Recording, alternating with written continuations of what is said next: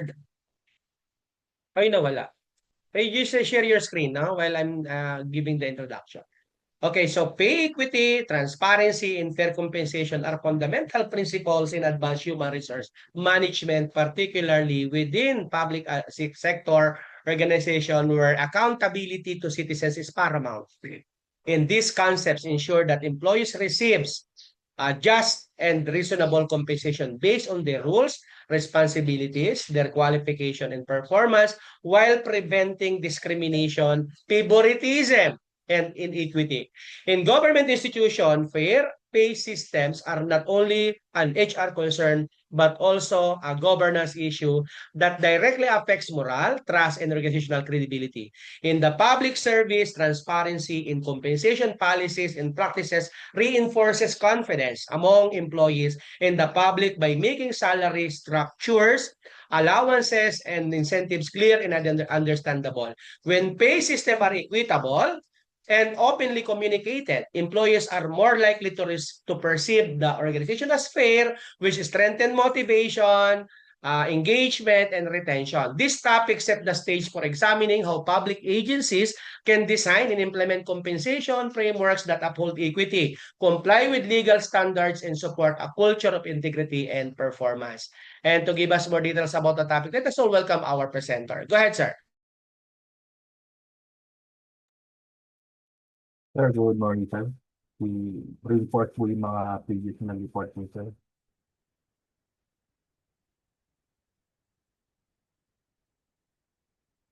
Sir, I'm Henry Allen Galvan. I'll be reporting on the topics as shown, sir. I'll be reporting about pay equity, transparency, and for fair compensation. And I'll be tackling the subtopics on why pay equity matters, importance of fair compensation, and the benefits of compensation scheme. So, for a little introduction, sir, sa Pilipinas kasi, sir, kilala tayo bilang masipag, matiisin, very flexible. Kahit yung heavy workload, sasabihin pa rin natin na kaya pa yan. Pero aminin natin, mas inspired tayo doon sa payday. So today, sir, pag-uusapan natin yung pay equity, transparency, and fair compensation. In simple terms, parehong trabaho, parehong pagod, pero dapat pareho rin yung sahod. So why pay equity matters? Ibig sabihin, ang pay equity is it means equal pay for equal work, same position, same responsibility, same stress, pero dapat same compensation. Kasi minsan sa trabaho, sir, isa sa mabilis makasira sa atin yung overtime. Pero may isa pang factor, I think, is yung nalaman mo, yung katrabaho mo, na pares lang kayo ng level ng trabaho, pares lang yung overtime, pares yung stress, yung job description, pero nalaman mo mas mataas yung sweldo niya.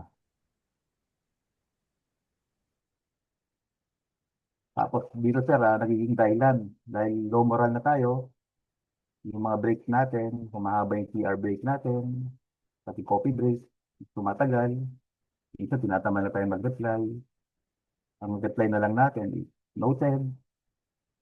Tapos minsan sa sobrang sipag natin, naka-work from home, kahit on-site yung trabaho. So, why pay equity matters? So, yung mga, bakit nagmamatter ng pay equity? First is, it is, batas po ito. So, sa Pilipinas, required by law, ang patas yung sahod. Pero, kaya rin sabihin na hindi ito suggestion, hindi rin pwede na. Kasi may basic po lahat. Next is, nakaka-boost ng moral. Alam na, pag yung empleyado sa organization, kung patas yung bayad, mas ganado tayo magtrabaho. Hindi lang mabibilang yung oras, hindi lang mabibilang ng oras, kundi extra effort pa siya. Next is, number 3, mas tumatagal tayo sa organization. Hindi umaalis ng empleyado dahil sa trabaho. Kung may alis sila kasi minsan unfair yung pay, mas mahal yung hire ng bago kaysa ayusin yung sahod. Next is justice, hindi dapat palakasan. Dapat yung sahod natin ay based sa performance at contribution. At hindi yung mga close sa boss, mga kapitid. Next is the importance of fair compensation. Fair compensation ay hindi lang tungkol sa pera. Ito ay tungkol sa respeto. Kasi pag fair ang sahod, satisfy yung employee, kaunti lang yung bigla ang sick leave tuwing Monday, at committed at dedicated ang tao, and as a whole, mas productive yung buong team. Kasi mahirap magbigay ng 100% effort kung sweldo ay pang 60% lang.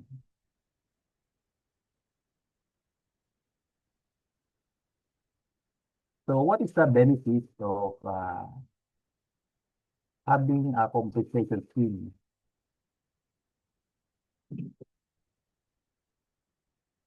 Una, if may sinusunod tayong scheme, motivated yung employees. Hindi lang siya pumapasok para mag-time in. Kundi meron siyang ah ang tawag dito, sense of ownership dun sa trabaho niya. Next is, magpe-perform sila ng better, hindi lang sa minimum effort.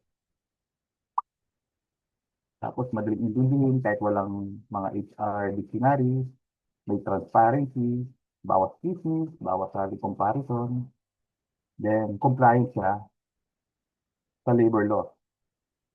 Then nakakaiwas sa tayo dito sa conflict bago pa umabot sa group chat ng mga empleyado. So for conclusion, sa madaling salita, fair pay, motivated employees, motivated employees, productive in organization. Productive in organization, tahimik ang opisina, busy sa trabaho. Sa Pilipinas, workplace kung saan mahalaga ang pakikisama at respeto, ang fair compensation ay hindi lang HR concern, kundi responsibilidad ng buong leadership. So, hindi naman yung na empleyado na maging milyonaryo. Hindi gusto lang niya is patas, malinaw, at on-time na sahod. So, maraming salamat po, sir. This will be my report at any question and clarification po. So, may reference, sir, as shown, sir. Thank you for listening, sir. And classmates, sorry. Okay, so thank you so much, no, for your presentation. So again, as what I have mentioned earlier, no, the pay equity, no, transparency and fair compensation are essential to building trust, motivation, and accountability in public sector organizations. So, equitable pay system ensures that employees' performance comparable work receive comparable compensation, regardless of gender, background, or personal affiliation. Transparency and compensation policies helps employees understand how salaries, allowances, and incentives are determined, reducing perception of bias and strengthening confidence in management. Together, this principle promote moral at retention and ethical governance in public institutions. A practical example is a government agency that follows a standardized salary grade system where positions are clearly classified based on duties, qualification, and level of responsibility. Salaries, allowances, and performance incentives are publicly documented and communicated to employees. Hindi sa ghost employees, ha? When an employee question compensation differences, human resource can explain them using objective criteria such as job classification or performance rating, minimizing conflict and reinforcing fairness. And the best practices include conducting regularly pay equity audits to identify incorrect disparities. No, public agencies should maintain clear written compensation policies aligned with civil service laws and salary standardization framework. Transparency through communication, such as orientation sessions and accessible HR manuals, no, helps employees understand compensation structure, linking incentives to measurable performance indicators, ensure fairness and accountability. So strong oversight and grievance mechanisms allow employees to raise concerns safely, ensuring continuous improvement in equitable and fair compensation practices. Okay, thank you so much.